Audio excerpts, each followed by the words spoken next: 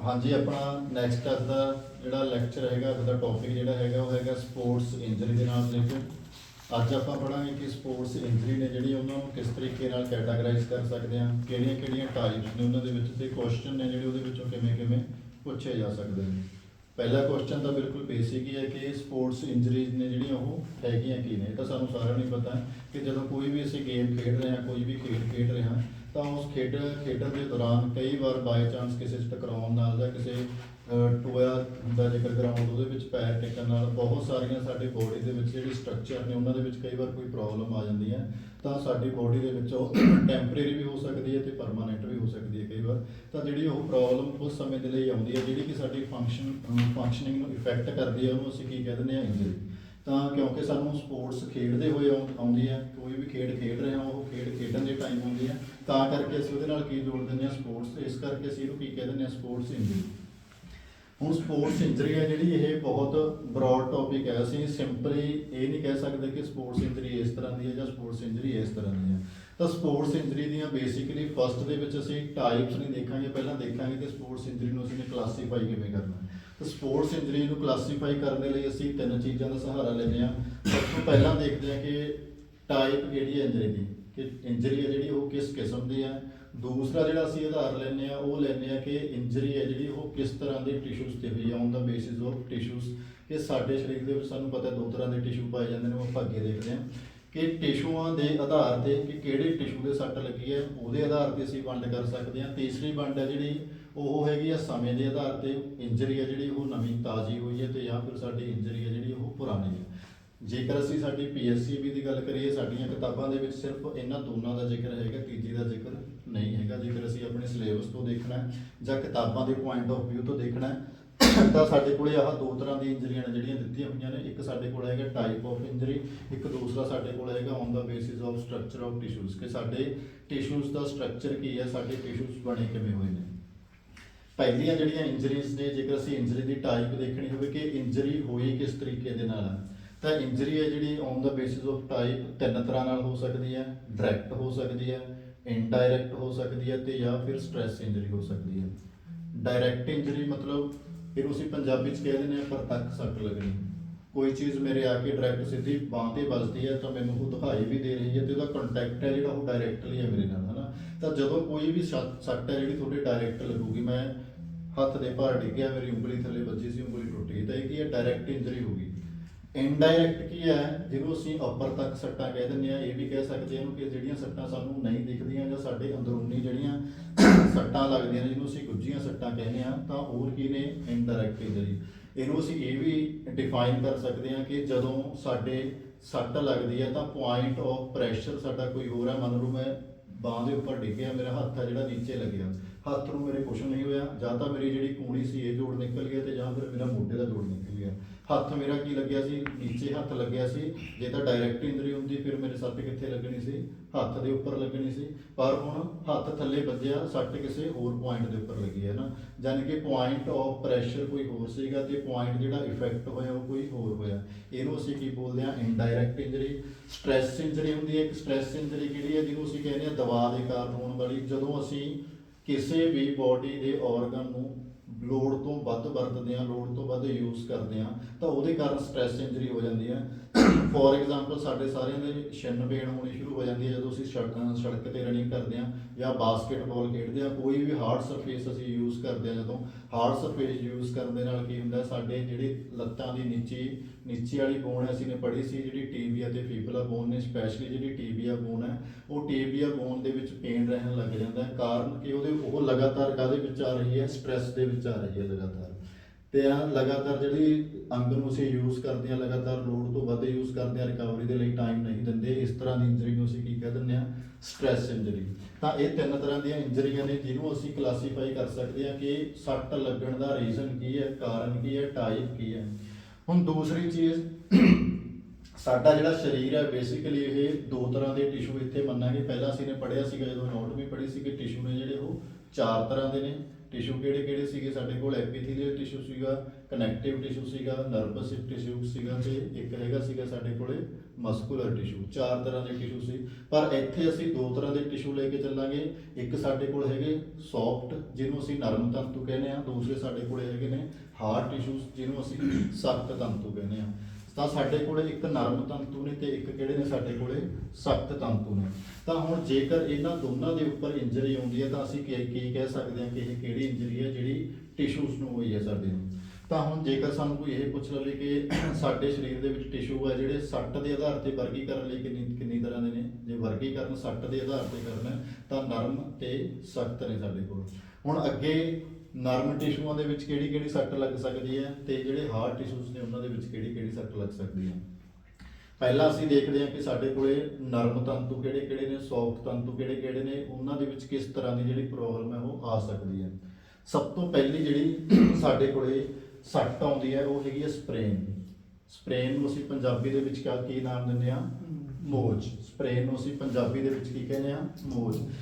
ਜਦੋਂ ਅਸੀਂ ਸਕੈਲੇਟਲ ਮਸਲ ਪੜ੍ਹਿਆ ਸੀਗਾ ਤਾਂ ਉਹਦੇ ਵਿੱਚ ਅਸੀਂ ਨੇ ਦੇਖਿਆ ਸੀਗਾ ਕਿ ਇੱਕ ਹੱਡੀ ਨੂੰ ਦੂਸਰੀ ਹੱਡੀ ਦੇ ਨਾਲ ਕਨੈਕਟ ਕਰਨ ਦਾ ਕੰਮ ਕੌਣ ਕਰਦਾ?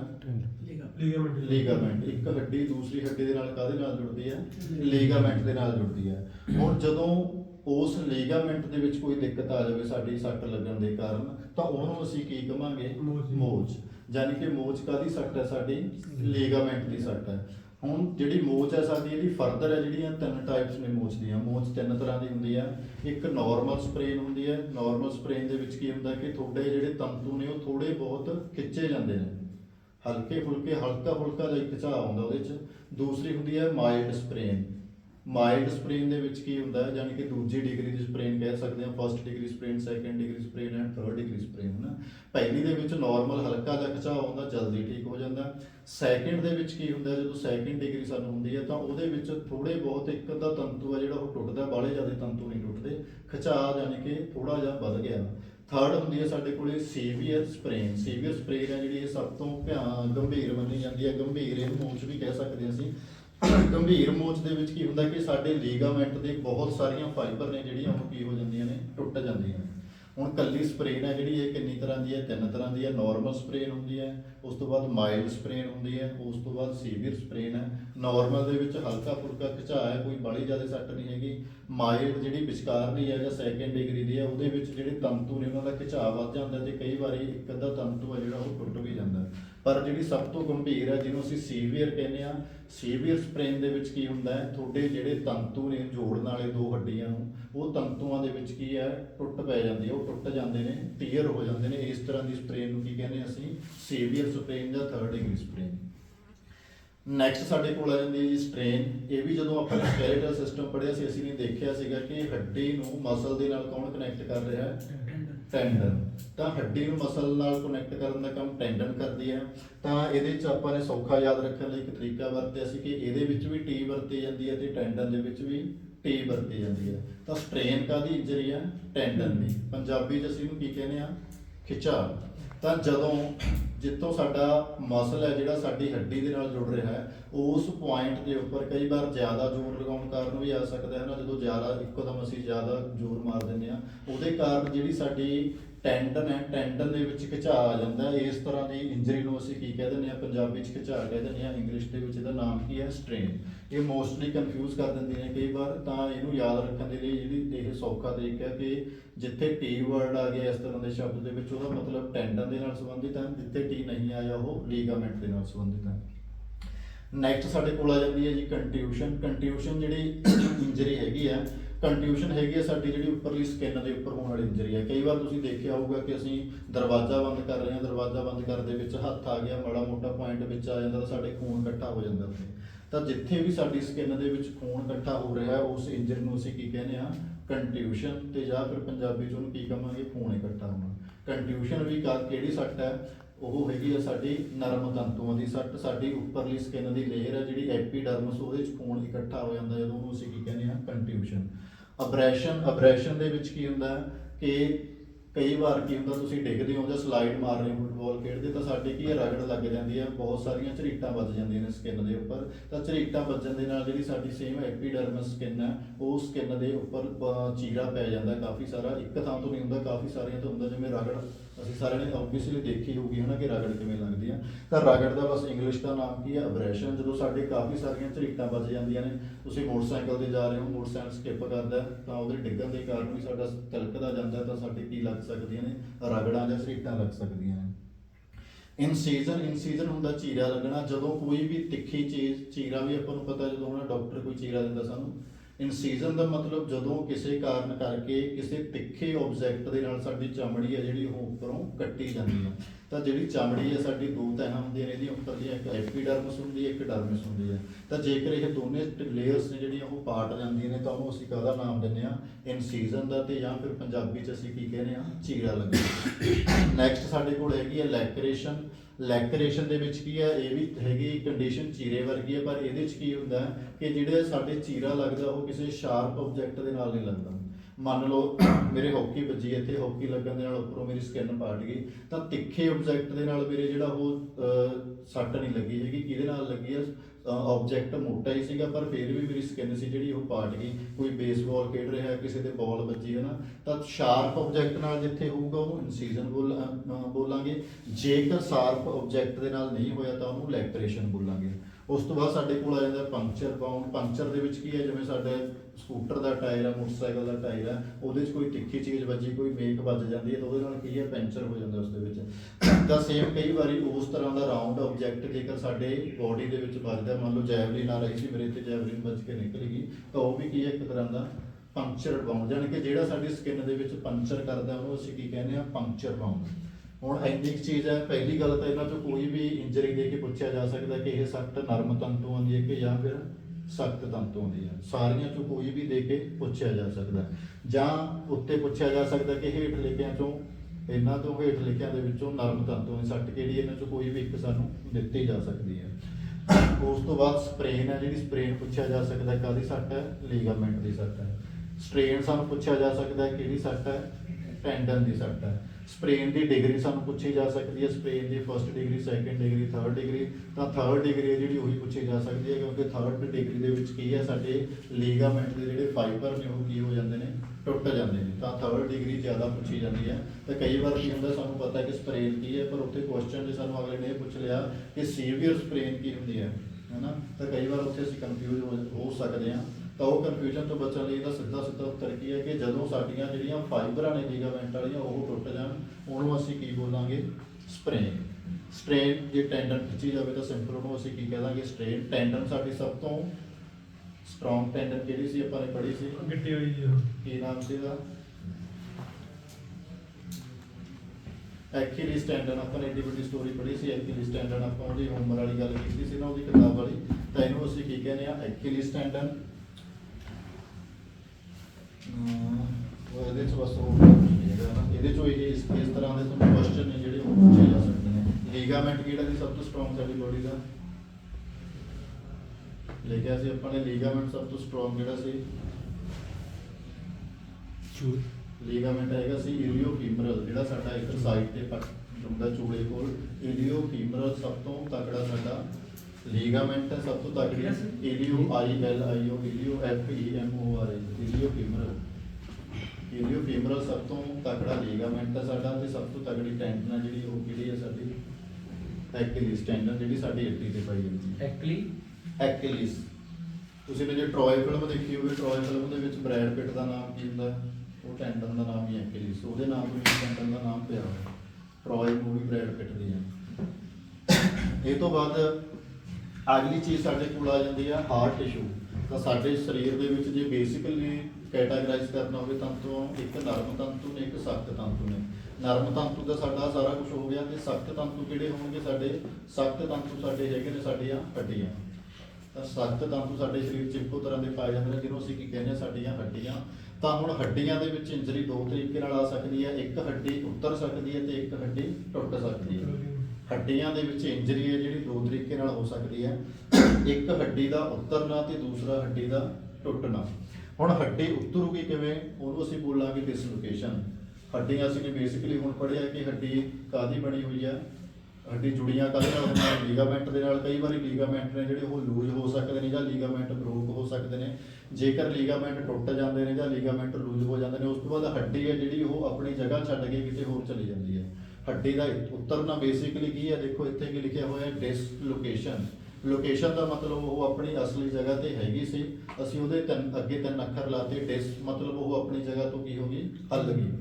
ਤਾਂ ਇੱਕ ਤਾਂ ਹੱਡੀ ਦੀ ਸੱਟ ਇਹ ਹੈ। ਦੂਸਰੀ ਜਿਹੜੀ ਇੰਪੋਰਟੈਂਟ ਹੈਗੀ ਹੈ ਸਾਡੇ ਕੋਲ, ਉਹ ਹੈਗੀ ਹੈ ਫ੍ਰੈਕਚਰ। ਫ੍ਰੈਕਚਰ ਦਾ ਮਤਲਬ ਕੀ ਹੈ, ਹੱਡੀ ਦਾ ਟੁੱਟਣਾ।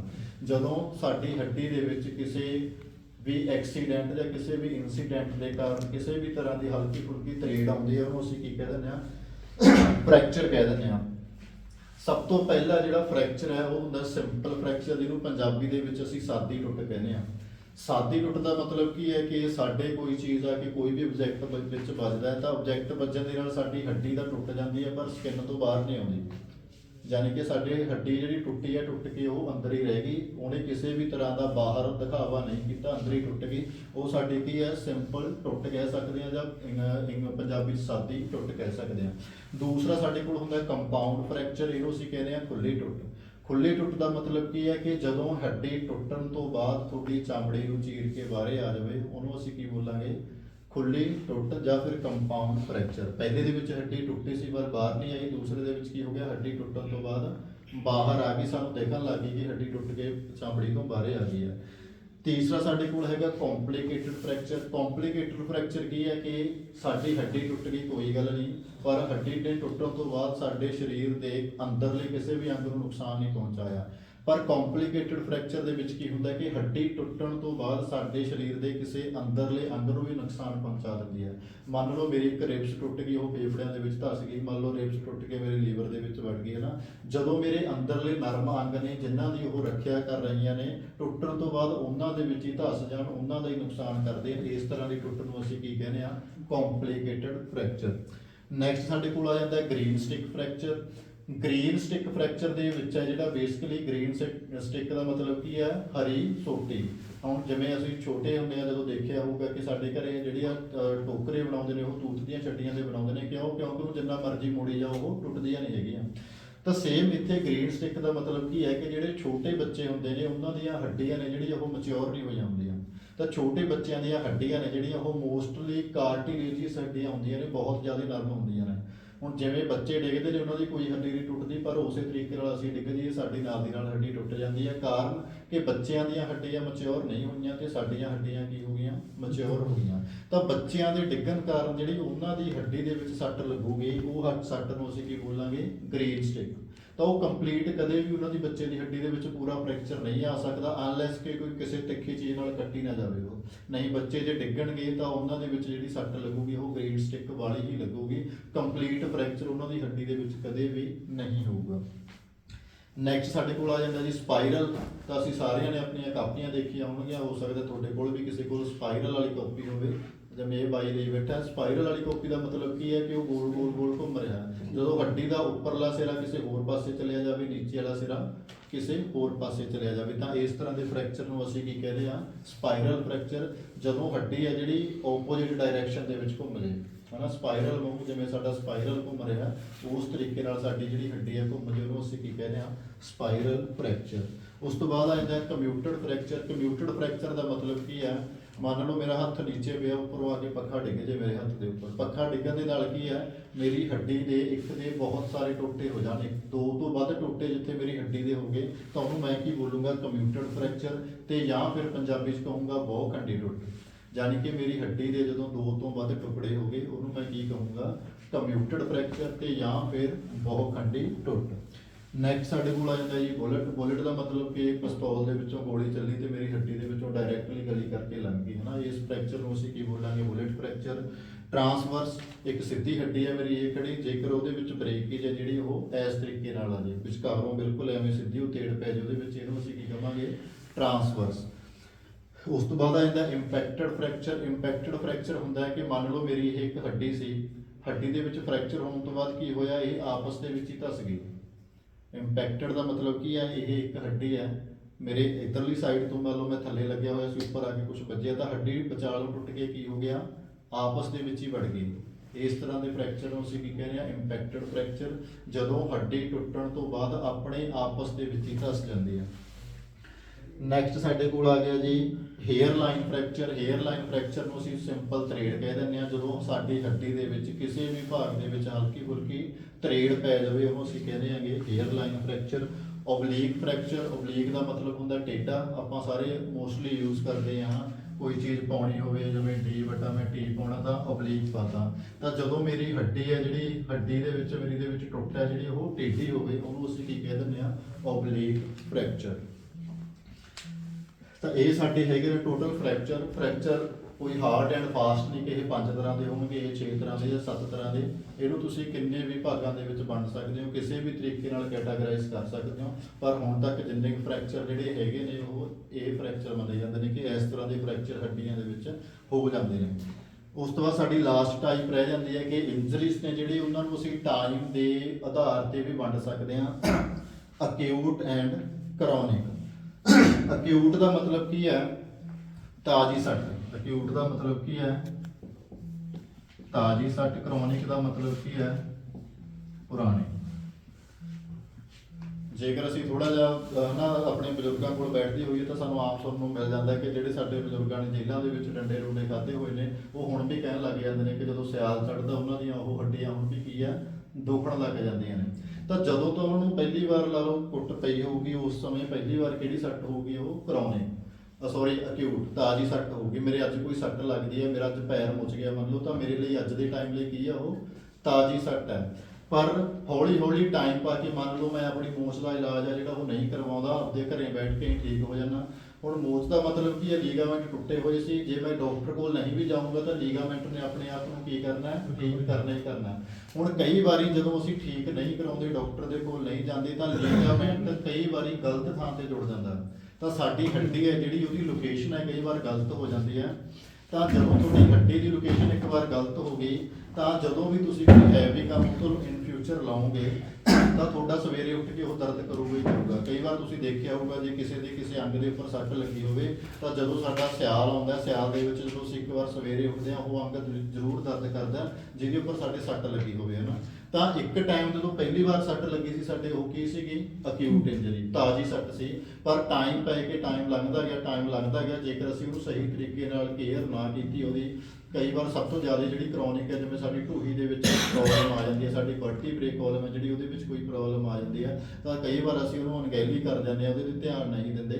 ਪਰ ਇਨ ਫਿਊਚਰ ਉਹ ਟਾਈਮ ਪਾ ਕੇ ਇੱਕ ਵਾਰ ਸਾਨੂੰ ਲੱਗਦਾ ਕਿ ਠੀਕ ਹੈ, ਪਰ ਜਿਵੇਂ ਠੰਡ ਆਉਂਦੀ ਹੈ ਠੰਡ ਦੇ ਵਿੱਚ ਉਹ ਦੁਬਾਰਾ ਦਰਦ ਕਰਨਾ ਸ਼ੁਰੂ ਕਰ ਦਿੰਦੀ ਹੈ। ਤਾਂ ਉਹ ਕਿਹੜੀ ਇੰਜਰੀ ਬਣ ਜਾਂਦੀ ਹੈ, ਕਰੋਨਿਕ ਇੰਜਰੀ ਬਣ ਜਾਂਦੀ ਹੈ, ਜਿਹਨੂੰ ਅਸੀਂ ਕਿਹੜੀ ਸੱਟ ਕਹਿੰਦੇ ਆ, ਪੁਰਾਣੀ ਸੱਟ। ਤਾਂ ਇਹ ਸਾਰਾ ਆਪਣਾ ਹੈਗਾ ਚੈਪਟਰ ਸੱਟਾਂ ਦੇ ਨਾਲ ਰਿਲੇਟਡ।